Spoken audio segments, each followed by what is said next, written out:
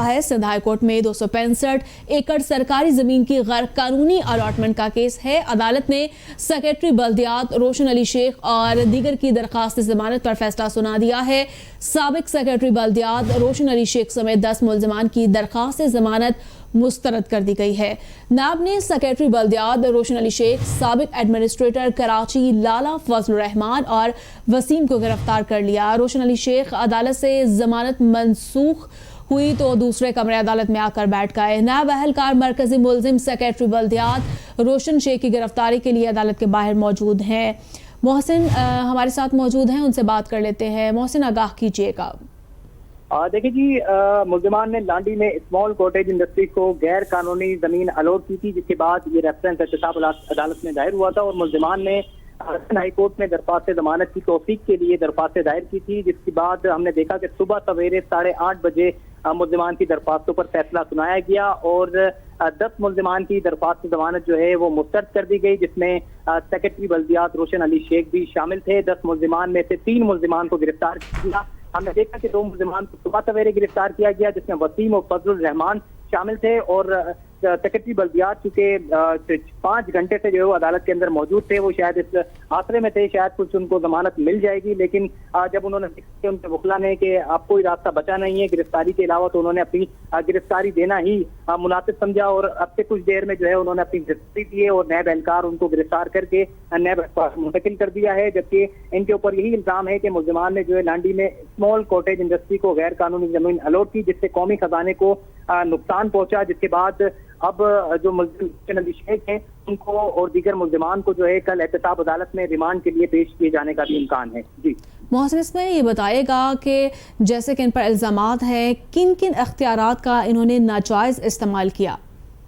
देखिए जी, ये जमीनें होती हैं जिसका इख्तियारात उनके पास सेक्रेटरी बल्दियात और नीचे के अफसरान के पास होता है, उनको साइन करने होते हैं, जिसके बाद जमीन अलॉट होती है। कोई भी सरकारी जमीन सरकारी अफसरान की इजाजत के बगैर अलॉट नहीं होती, लेकिन हमने ये देखा कि जो कौमी खजाने की सरकारी जमीन थी उसको गैर कानूनी तौर पर जो है अलॉट किया गया, जो कि अलॉट नहीं करना चाहिए था, उससे कौमी खजाने को नुकसान पहुंचता। लेकिन इन्होंने अपने इख्तियारात का नाजायज इस्तेमाल करके जो है वो कौमी खजाने को नुकसान पहुंचाया। जो जमीन अलॉट की गई उससे जो है कौमी खजाने को नुकसान पहुंचा, जिसके बाद नैब ने तहकीकात शुरू की। तहकीकात शुरू करने के बाद जो है रेफरेंस दायर किया गया और मुल्जिमान ने जब देखा कि रेफरेंस दायर हो चुका है तो उन्होंने अबूरी जमानत सिंध हाई कोर्ट से हासिल कर रखी थी और आज चूंकि तौसीक होनी थी, जमानत कंफर्मेशन होनी थी, क्योंकि अगर जमानत कंफर्मेशन हो जाती है तो उसके बाद मुल्जिमान जो है वो हाजिरी लगाने के कायल नहीं होते। वो जमानत अगर उनको कंफर्मेशन हो जाती है तो वो अदालत में पेश नहीं होते, तो हम एहतसाब अदालत में पेश होते हैं। लेकिन हमने ये देखा कि सिंध हाई कोर्ट ने और नैब ने जो दस्तावेजात पेश किए थे उसमें वाज़ेह तौर पर मुल्जिमान की जो जाली अलॉटमेंट में जो उन्होंने अपने इख्तियारात का इस्तेमाल किया वो साबित हुआ और अदालत ने उसको मद्देनजर रखते हुए रोशन अली शेख समेत 10 मुल्जिमान की दरख्वास्त जमानत को मुस्तरद किया और अदालत ने ये हुक्म दिया कि मुल्जिमान के नैब जो है उनको गिरफ्तार करे और नैब अदालत में पेश करे। जी ठीक है मोहसिन, में जैसा कि ये अभी हाजिर सर्विस हैं, सेक्रेटरी बल्दियात हैं, तो क्या इस पर अभी तो बल्दियात के इंतखाबात होना बाकी हैं, तो क्या जो ये सरगर्मियां सर अंजाम दे रहे थे तो इस पर इस हवाले से कोई मुतबादिल जो है कोई मौक़िफ़ सामने आ सका हो?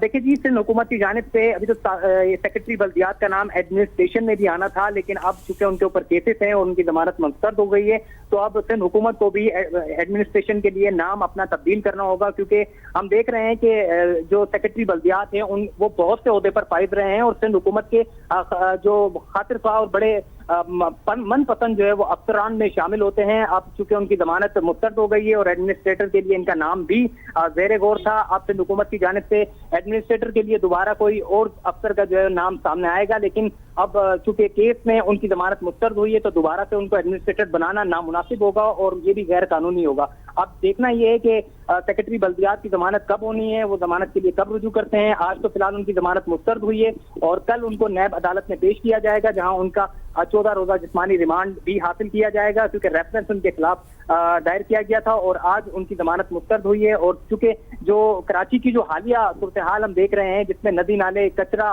और कराची एक तरीके से डूब रहा है, जिसमें सेक्रेटरी बल्दियात का जो रोल होता है वो सबसे अहम होता है और उस अहम मौके पर अहम फैसला आना ये सिंध हुकूमत को भी अब इस बारे में सोचना होगा कि अब नए सेक्रेटरी बल्दियात के लिए जल्द अज जल्द इक़दाम करने होंगे, ताकि वो जो मामलात जो चल रहे हैं वजीर बल्दियात और उनको भी अब एक्टिव होना पड़ेगा, ताकि जो नदी नाले और कचरे जो शहर डूब रहा है उसको बचाया जा सके। जी ठीक है मोहसिन इस्माइल, आप हमारे साथ ही मौजूद रहिएगा। सिंध हाई कोर्ट में 265 एकड़ सरकारी जमीन की गैर कानूनी अलॉटमेंट का केस है। अदालत ने सेक्रेटरी बल्दियात रोशन अली शेख और दीगर की दरखास्त जमानत पर फैसला सुना दिया।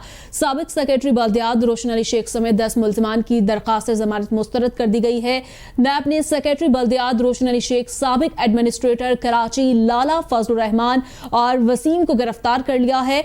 रोशन अली शेख अदालत से जमानत मंसूख हुई तो दूसरे कमरे अदालत में आकर बैठ गए थे। नैब अहलकार मरकजी मुल्जिम सेक्रेटरी बल्दियात रोशन शेख की गिरफ्तारी के लिए अदालत के बाहर मौजूद हैं।